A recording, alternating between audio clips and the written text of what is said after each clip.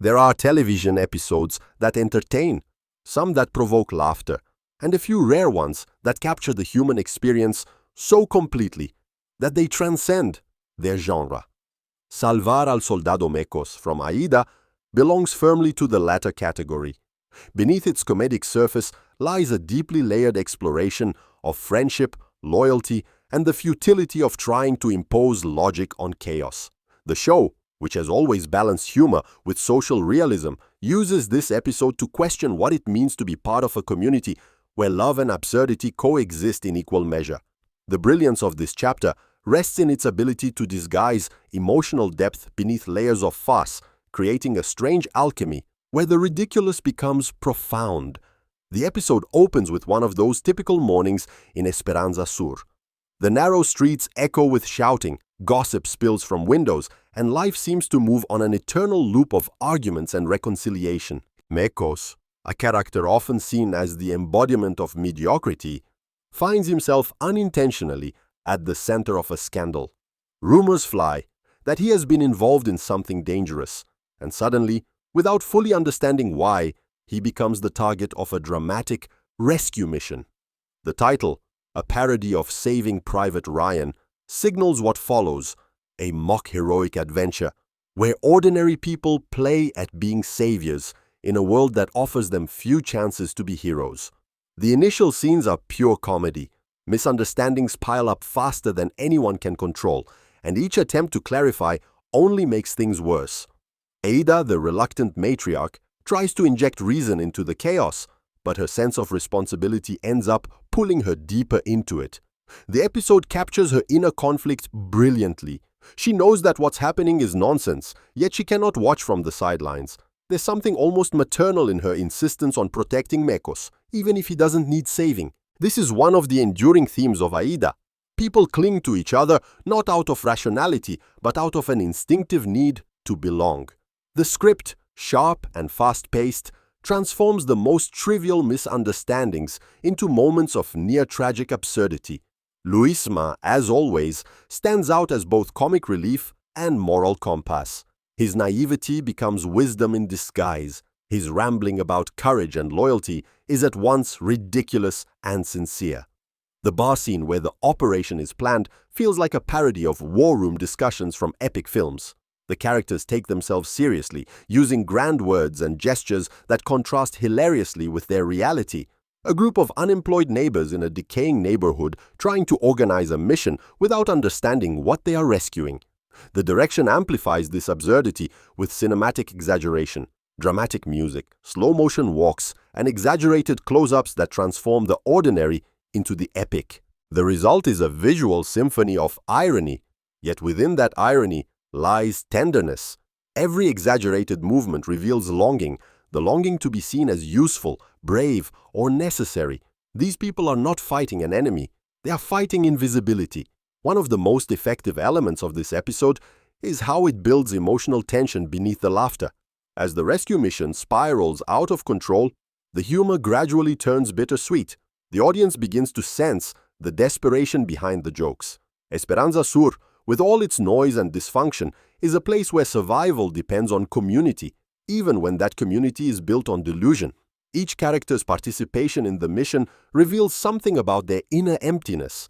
Luisma's need for purpose, Eugenia's craving for excitement, Barajas' desire for approval, and Aida's search for meaning amid chaos. The cinematography plays a subtle but crucial role in articulating these themes. The show's visual realism contrasts with the theatrical absurdity of the story, creating a sense of documentary-style intimacy. The shaky camera, the tight framing of faces, and the constant background movement give the impression that the audience is witnessing real lives unfold. When Aida argues with her friends, the lens lingers just long enough to capture her exasperation. It's in those fleeting expressions that the heart of Aida resides, not in the punchlines but in the sighs that follow them. The episode's turning point arrives when the rescue finally takes place. What was meant to be an act of bravery collapses into chaos. The group stumbles through their plan, misinterprets every sign, and ends up in a situation far more ridiculous than dangerous. The editing alternates between quick cuts of confusion and slow, almost poetic moments of stillness, emphasizing the gap between their imagination and reality. Mekos, the supposed victim, appears entirely oblivious to the drama around him. His calmness is the episode's ultimate joke. While others construct elaborate fantasies of heroism, he remains untouched by their delusions. It's a moment of perfect irony that exposes the futility of overcomplicated good intentions. Yet, surprisingly, the laughter that follows is not cruel. Instead, it feels affectionate, as if the audience, like Aida herself, forgives these characters for their foolishness. This ability to mix satire with empathy is what sets Aida apart from most comedies. The humor never comes from superiority, it comes from recognition.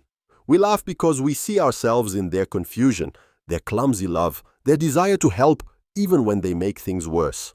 The episode becomes a mirror, reflecting our own flawed attempts at doing the right thing. Aida's final confrontation with Mekos anchors the emotional core of the story. Her anger, though justified, quickly dissolves into a quiet realization that her neighborhood, her chosen family, will never change. They will always make a mess of things, but they will always stand by each other.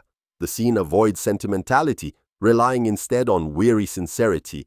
Aida's expression conveys years of disappointment intertwined with love. It's the face of someone who understands that imperfection is the price of belonging. In that moment, the entire philosophy of the series crystallizes. We cannot save everyone, but we can love them anyway. The social subtext of Salvar al Soldado Mekos is impossible to ignore. Beneath its humor lies a portrait of working-class life, marked by insecurity, unemployment, and frustration. Esperanza Sur is a community that has learned to replace ambition with laughter. Their exaggerated heroism is not ignorance, it's defiance. They refuse to be reduced to victims, so they transform their failures into comedy. The parody of heroism becomes a coping mechanism, a collective ritual that allows them to endure. The episode's humor is thus both shield and weapon. It protects them from despair and mocks the very structures that keep them marginalized. Comparing this to earlier episodes of Aida, one notices a gradual evolution in tone.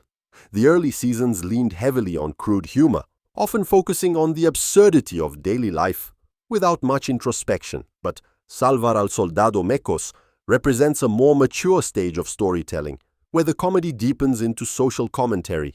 It feels like a quiet rebellion against hopelessness, an insistence that even stupidity can be sacred when it springs from love. The mock military theme also functions as a critique of cinematic escapism. The characters imitate the heroics of Hollywood war films, but the setting strips those gestures of grandeur. When Luisma salutes Aida, or when the group marches dramatically toward their mission, the contrast between their reality and their fantasy becomes painfully funny. It's not just parody, it's a statement on how media fantasies infiltrate everyday life. These people consume stories of valor and try to replicate them in a world where survival itself is the real battle. The final act delivers both chaos and catharsis. The mission ends in confusion, but something invisible shifts within the group.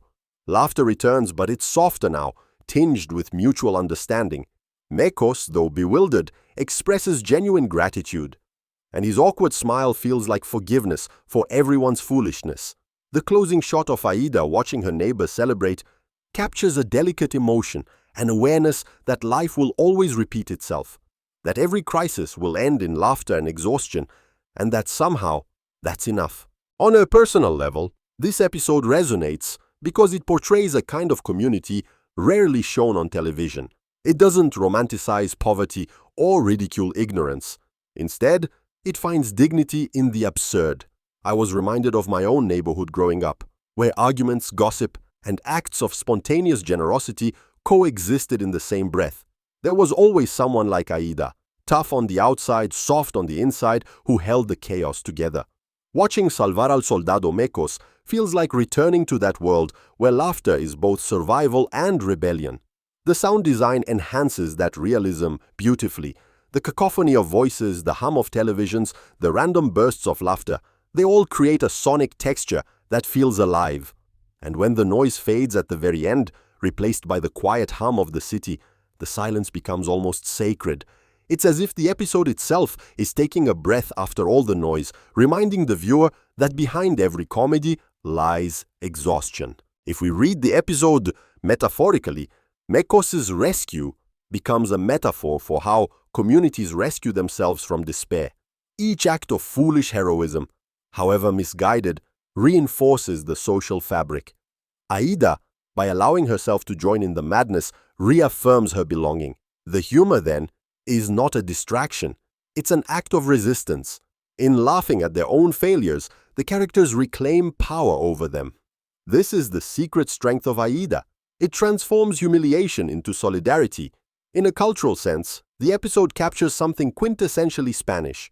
The mix of tragedy and comedy, of cynicism and affection, reflects a national temperament forged through centuries of hardship and humor. The people of Esperanza Sur are heirs to that tradition. They suffer loudly, love fiercely, and laugh even louder. Salvar al Soldado Mekos is their anthem, a celebration of imperfection. From a filmmaking perspective, the episode's success lies in its restraint. It never tries to force sentimentality or over-explain its humor. The emotional beats emerge naturally from chaos, just as in life. The camera observes rather than manipulates, allowing authenticity to replace artifice. Even the performances contribute to this organic tone. The actors inhabit their roles so fully that their interactions feel spontaneous, as if we're watching real neighbors rather than scripted characters. The episode concludes not with resolution, but with rhythm. The rhythm of a neighborhood that will keep arguing, loving, and laughing tomorrow, just as it did today. The last frame lingers on Aida's weary smile, a perfect image of acceptance. She knows nothing truly changes, yet she also knows that change was never the point. What matters is persistence, the daily act of showing up for one another despite everything. That ultimately is what the title means. Saving Mekos is a metaphor for saving each other, for preserving the fragile network of human affection in a world that constantly threatens to erode it. In the end, Salvar al Soldado Mekos reminds us that heroism can be found in the smallest acts, in listening, forgiving, and laughing when everything seems lost. It's a comedy about failure that transforms failure into love. Watching it, one realizes that sometimes the only thing worth saving is the ability to care. And in that sense, Aida and her friends are the most heroic soldiers of all.